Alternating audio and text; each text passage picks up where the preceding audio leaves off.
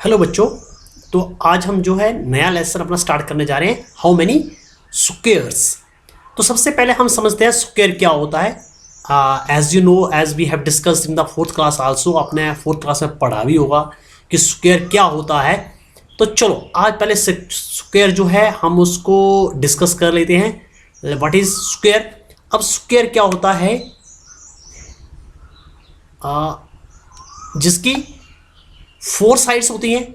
Square is a closed geometrical shape, ये एक geometrical shape होती है जिसकी फोर साइड्स होती हैं। अब फोर साइड्स जो होती हैं वो फोर की फोर साइड्स कैसी होती हैं, इक्वल होती हैं। ठीक है, तो ये फोर इक्वल साइड्स है, चारों चारों जो है इक्वल होती हैं, तो दिस इज कॉल्ड स्क्वायर। अब इसके बाद अब स्क्वायर कॉन्सेप्ट क्लियर हो गया। अब यहां पर क्या है, एक जो है हमें ये एक डॉट डॉट डॉट का ग्रिड दे रखा है। ठीक है, ये जो एवरी डॉट है it is 1 centimetre away from each side. यदि मैं इसकी बात करूं तो यहां से लेकर यहां तक की डिस्टेंस 1 सेंटीमीटर है, यहां से लेकर यहां तक की भी डिस्टेंस 1 सेंटीमीटर है, और यहां से लेकर यहां तक की डिस्टेंस भी 1 सेंटीमीटर। यदि आप सेंटर से बात करोगे, इस डॉट की बात करोगे तो ये 1 सेंटीमीटर 1 सेंटीमीटर, यहाँ पर 1 सेंटीमीटर, और यहाँ से लेकर यहाँ तक की डिस्टेंस भी 1 सेंटीमीटर है। हर डॉट जो है 1 सेंटीमीटर की दूसरे डॉट से जो उसकी दूरी है, जो उसका नियरेस्ट है, तो वो उससे जिसकी जो डिस्टेंस है वो 1 सेंटीमीटर है। यदि आप डायगनली देखोगे, ऐसे करके देखोगे तो यहाँ पे 1 सेंटीमीटर नहीं है। ठीक है, आपने डायगनली देखना है, ऐसे देखना है, ऐसे डाउनवर्ड देखना है, left side and right side. ठीक है, तो ये ग्रिड दे रखा है आपको डॉट्स का। ठीक है, अब इसमें क्या है, बोले measure the side of red square on the dotted side. आपने क्या करना है, ये जो स्क्वायर दे रखा है इसका मतलब इसकी हर साइड जो होगी बराबर होगी। आप यदि एक भी उसका जो है कर लेंगे मेजर, तो उसकी क्या निकल जाएगी, मीन्स उसकी हर जो साइड की डिस्टेंस जो लेंथ जो है वो इक्वल होगी। तो आप इसको मेजर करके देखेंगे स्केल की हेल्प से। आप स्केल की हेल्प से मेजर करेंगे अपनी बुक में।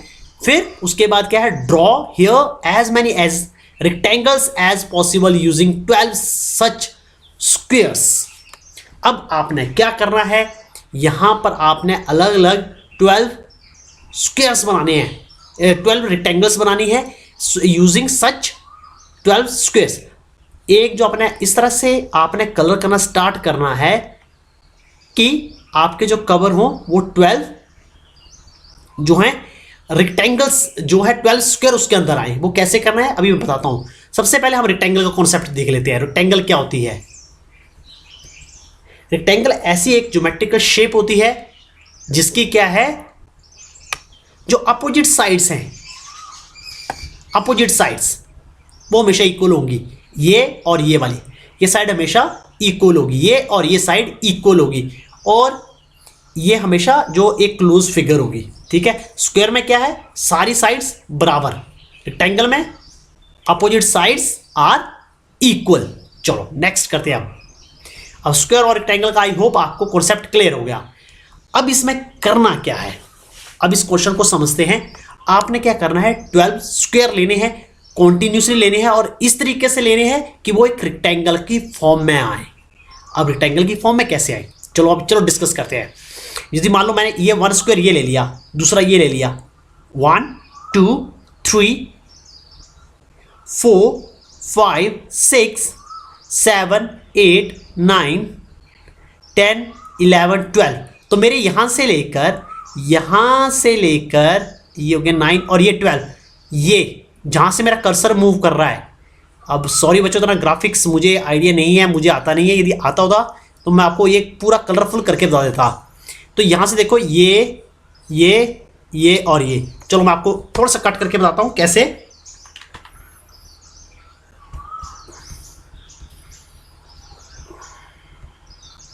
अब मैं यदि मान लो मुझे ये करने हो, तो ये जिसके अंदर जो डायग्राम आएगी, जितने डॉट आएंगे, हाँ 1 2 3 4। अब ये देखो, यदि इतने से हम ये यदि ले, यहां से लेकर ये जो स्क्वायर है, ये 1 2 3 4 5 6, नहीं ये गलत हो गया, न्यू लेते हैं यहाँ से, ये यहाँ से लेकर यहाँ तक। अब इसके अंदर देखो, अब यदि आप इसके अंदर काउंट करोगे तो ये देखो ऊपर जो है, ये देखो 1 स्क्वायर ये आ गया, 2 3 4 5 6 7 8 9 10 11 और 12। ठीक है, तो ये एक तरीके से होगी। इन्होंने बोला कि आपको डिफरेंट तरीके से करने हैं, तो आप एक और तरीका भी अपना सकते हो यहाँ पर। जैसे मैंने 3/3 का लिया, 3/4 का लिया, तो आप यहाँ पर 2/6 का भी ले सकते हो। 2/6 का मीन्स एक साइड 2 और दूसरी साइड 6, तो 1 2 3 4 5 एंड 6। तो मैं ये ले रहा हूँ। अब इसको देखो, 1 ये 1 ये 2 ये 3 ये 4 ये 5 ये 6 ये 7 ये 8 9 10 11 12, तो 12 स्क्वायर बन गए। तो आपने ये यहां पर अलग अलग तरीके से स्क्वायर ड्रॉ करने हैं। ठीक है, यदि आपने एक बार यहां कर दिए तो दूसरी बार आप यहां पे कर सकते हो, तीसरी बार आप यहां पे कर सकते हो। आपने अलग अलग कर रहे हैं, हर बार ऐसा नहीं है कि एक जैसे कर दिए। यदि मान लो एक बार लेंथ में ले रहे हो, यहां तक ले रहे हो, तो एक बार यहां ले लिए, दूसरी बार सेम वो यहां ले लिए, तीसरी बार आपने वही सेम यहां ले लिए। ऐसा नहीं करना है। यदि एक बार आप इस तरह से ले रहे हो 6/2 का, तो अगली बार 3/4 के लेने हैं, मीन्स 3 लेंथ में लेने हैं, 4 ब्रेड्थ में लेने हैं। ठीक है, तो अब यहाँ पे how many rectangles could you make. अब आपने यहाँ पे रेक्टेंगल्स यहाँ बनाने हैं, और कितने बना सकते हो आप, अलग अलग वाले, सेम नहीं करने हैं। तो जितने आप कर सकते हो वो आपने यहाँ पे लिख देने कि मैंने इतने बना लिए। ठीक है, अब इसका एक एग्जाम्पल दे रखा है, हियर्स 1, देखो ये करके बताया हुआ है, 1 2 3 4 5 6 7 8 9 10 11 12। आप जब भी रेक्टेंगल बनाओगे 12 स्क्वायर्स को यूज करके, तो आपने इस बार रेड कलर किया, अगली वाले को आप ब्लू कलर कर दो, अलग अलग कर दो। ठीक है, अब क्या है, each rectangle is made out of 12 equal squares, so all have same area, what the length of the boundary will be different. अब ये देखो एक कॉन्सेप्ट और आ गया, length of the boundary is called perimeter. हमने क्लास 4 में discuss किया था बाउंड्री के बारे में, पेरीमीटर के बारे में। अब बाउंड्री या बाउंड्री और perimeter is the same thing. अब बाउंड्री या पेरीमीटर क्या चीज होती है, मान लो आप यहां से चलना स्टार्ट किए, यहां पहुंचे, फिर यहां से लेकर यहां गए, फिर यहां से लेकर यहां आए, फिर यहां से लेकर फिर यहां आ गए, तो आपने टोटल कितनी डिस्टेंस ट्रैवल की, जितनी डिस्टेंस ट्रैवल की वो इसकी होगी बाउंड्री या पेरीमीटर। या फिर आप ये मान के चलो, जो हमने फील्ड एंड फेंसेस लेसन किया था, तो उसमें क्या निकालते थे हम कि एक खेत को इतनी खेत की लेंथ और ब्रेड्थ इतनी है, और उसके लिए कितनी वायर की जरूरत पड़ेगी, तो उसमें सिंपली हम क्या निकालते थे, पेरीमीटर या boundary. The thing is same, यहां पर भी ये इस तरह से आप जाओगे यहां से लेकर यहां तक, ये और टोटल आप ऐड कर दोगे, 4 साइड ऐड करोगे, तो आपकी क्या निकल जाएगी यहां पर, पेरीमीटर या बाउंड्री। अब नेक्स्ट है, बोले इनका जो है वाई इट्स एरियाज, बोले इट्स एरिया इज इक्वल, क्योंकि देखो यहां पे देखो क्या लिखा हुआ है, ये जो स्क्वायर है ये 1 सेंटीमीटर के ग्रिड पे बने हुए हैं, 1 सेंटीमीटर के। तो ये देखो ये इसका एरिया होगा 1 सेंटीमीटर स्क्वायर, इसका 2, इसका 3, इसका 4, सॉरी ये 1 1 1 1 1 1, ये 1, तो इन सबका जो है 1 1 जो है एरिया है। तो आप सबको कैलकुलेट करोगे, ऐड करोगे, 1 2 3 4 5 6 7 सॉरी 8 9 10 11 12, तो ये क्या बन गया 12 सेंटीमीटर स्क्वायर। और आपको क्या बोला है, आपको जो है 12 रेक्टेंगल्स ही यूज, 12 आपको सच स्क्वायर्स यूज कर रहे हैं, तो हर का क्या होगा, हर बारी आपका जो है एरिया जो है वो इक्वल ही आएगा। बट अब पेरीमीटर की बात कर रहे हैं, तो ये देखो ये 1 सेंटीमीटर आप यहां चले, फिर उसके 1 सेंटीमीटर और चले, तो 1 1 हो गया 2, यहां पर 1 2 3 4 5 6, तो ये 2 सेंटीमीटर, ये 6 सेंटीमीटर, ये 6 + 2 8 सेंटीमीटर। फिर आप यहां आए तो 2 ये है, क्योंकि अपोजिट साइड इसकी सेम होगी, तो 6 + 2 8 + 2 10, 10 + 6 16, तो ये बन गया 16 सेंटीमीटर इसकी जो है बाउंड्री बनी। तो देखो अब आपने जो बनाओगे उसके नीचे आप लिख दो ना ABC, ठीक है, हर इसके जो आप रेक्टेंगल बनाओगे, तो which of this rectangle has longest perimeter, तो आपने जो है मान लो ए का सबसे ज़्यादा पैरामीटर जो सबसे ज़्यादा है मान लो, तो आप ए लिख दोगे, कईयों का बी आएगा तो बी लिख देना। Which of the these rectangles has smallest parameter, इनमें सबसे छोटा पैरामीटर किसका है, जिसकी सबसे कम वैल्यू आएगी उसका सबसे कम पैरामीटर या बाउंड्री होगी। तो जो भी आपका रहेगा, आपने ए बी सी लिखा होगा नाम, तो वो ही आपने ए बी सी लिख देना है। अब आफ्टर दैट अब आपने क्या करना है, और ये वाला क्वेश्चन आपने जो है पहले बुक में कर लेना है एक बार, ताकि आपको अच्छे से प्रैक्टिस हो जाए, और फिर सेम ग्रिड जो है अपना नोटबुक में बनाना है, और नोटबुक में करने के बाद इसको जो नोटबुक में कर लेना है। After that next question, measuring stamp.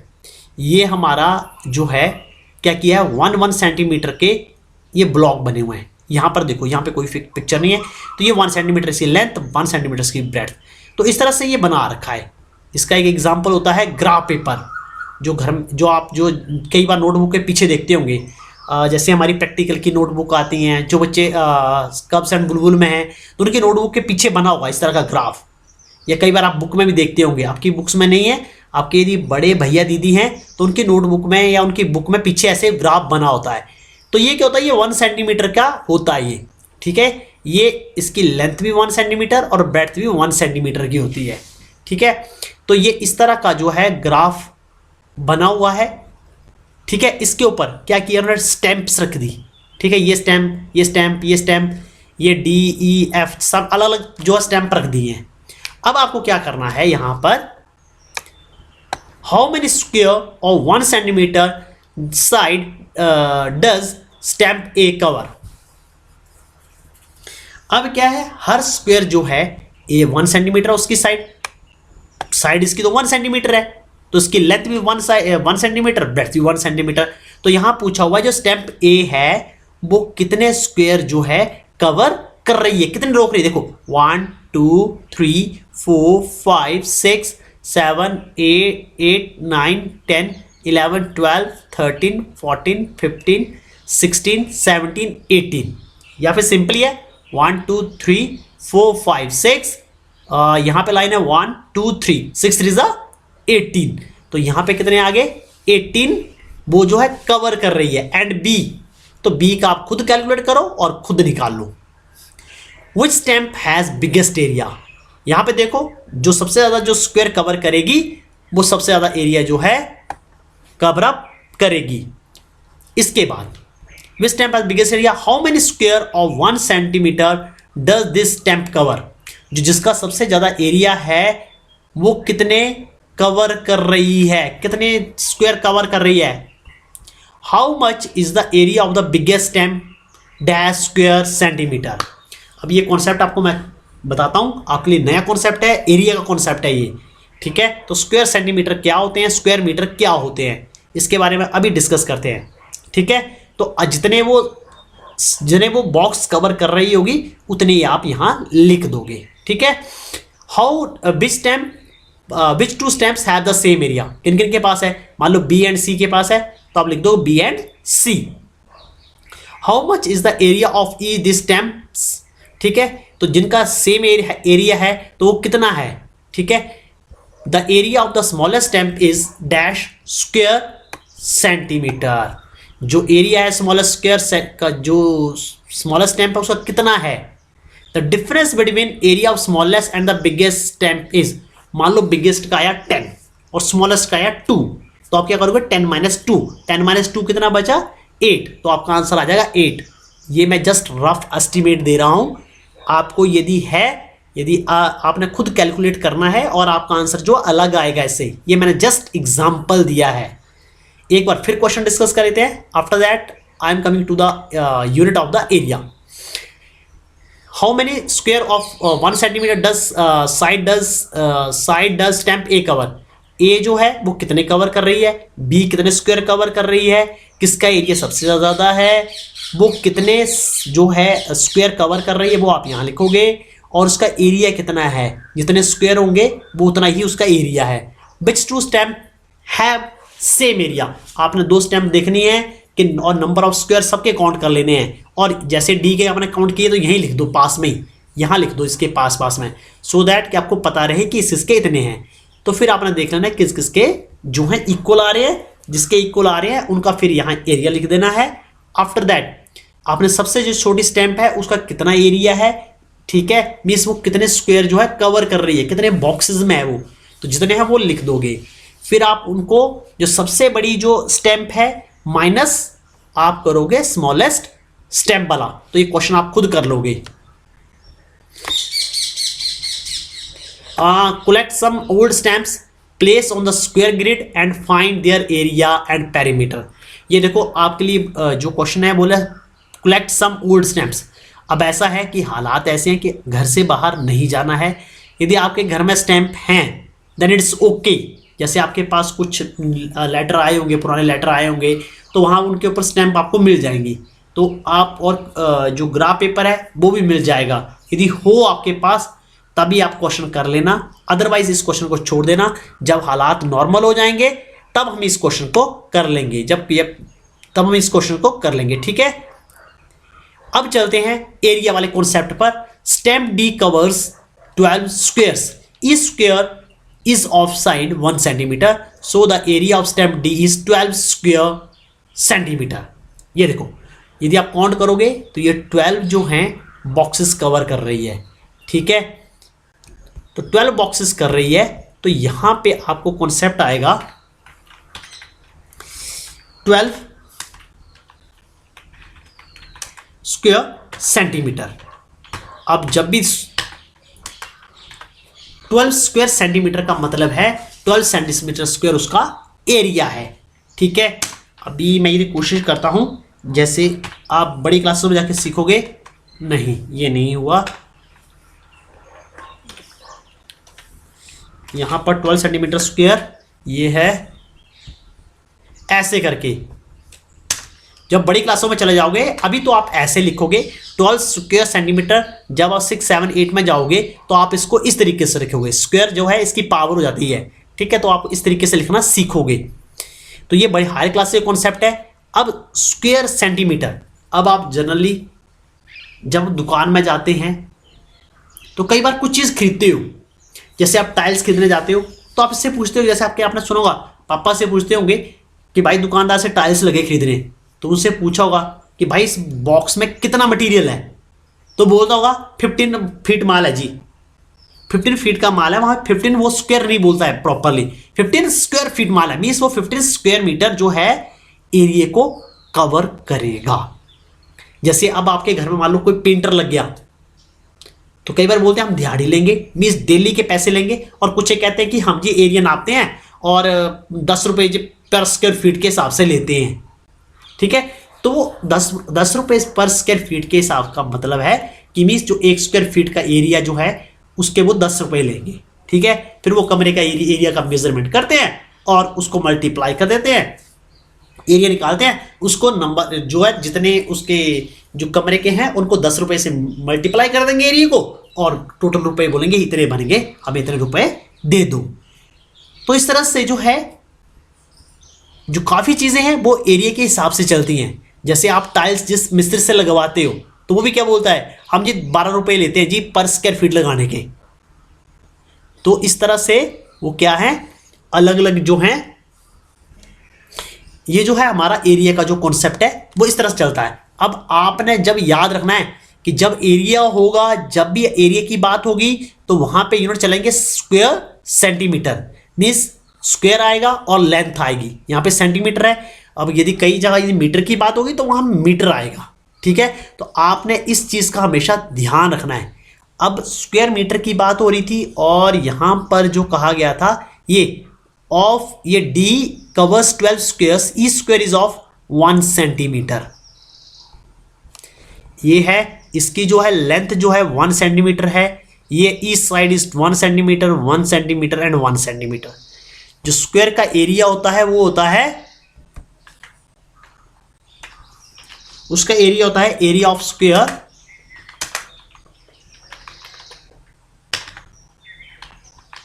Area of square कितना होता है, लेंथ इंटू या साइड इंटू, और ये बड़ा हो गया साइड इंटू साइड, ठीक है, विच इज इक्वल टू, इसकी साइड क्या है 1 सेंटीमीटर है तो 1 into 1 which is equal to 1 centimetre square centimetre. ठीक है, तो इस तरह से इसका जो एरिया जो है निकलता है। ठीक है, और रेक्टेंगल का एरिया होता है लेंथ इनटू ब्रेड्थ, जो आपने क्लास 4 में पढ़ा हुआ, लेंथ इनटू ब्रेड्थ, और एरिया ऑफ स्क्वायर होता है लेंथ इनटू साइड या लेंथ इनटू लेंथ।